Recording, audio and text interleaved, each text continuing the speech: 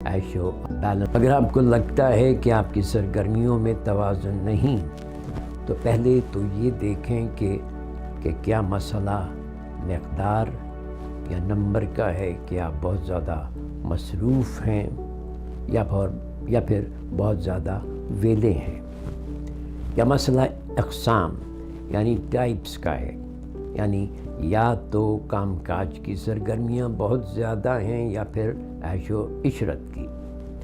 اس کے لیے 1-2 ہفتے اپنے سرگرمیوں کو مانیٹر کریں۔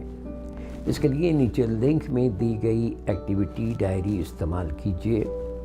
جب آپ ایکٹیویٹی ڈائری استعمال کریں گے تو 2 ہفتے میں آپ کو اندازہ ہو جائے گا کہ گڑبڑ کہاں ہو رہی ہے۔ جب آپ کو سمجھ آ جاتی ہے کہ کون سی ایکٹیویٹیز میں اضافہ کرنا ہے اور کون سی میں کمی، تو پھر ایکٹیویٹیز کی لسٹ بنائیں اور انہیں ایک ایک کر کے اپنی روٹین کا حصہ بناتے جائیں۔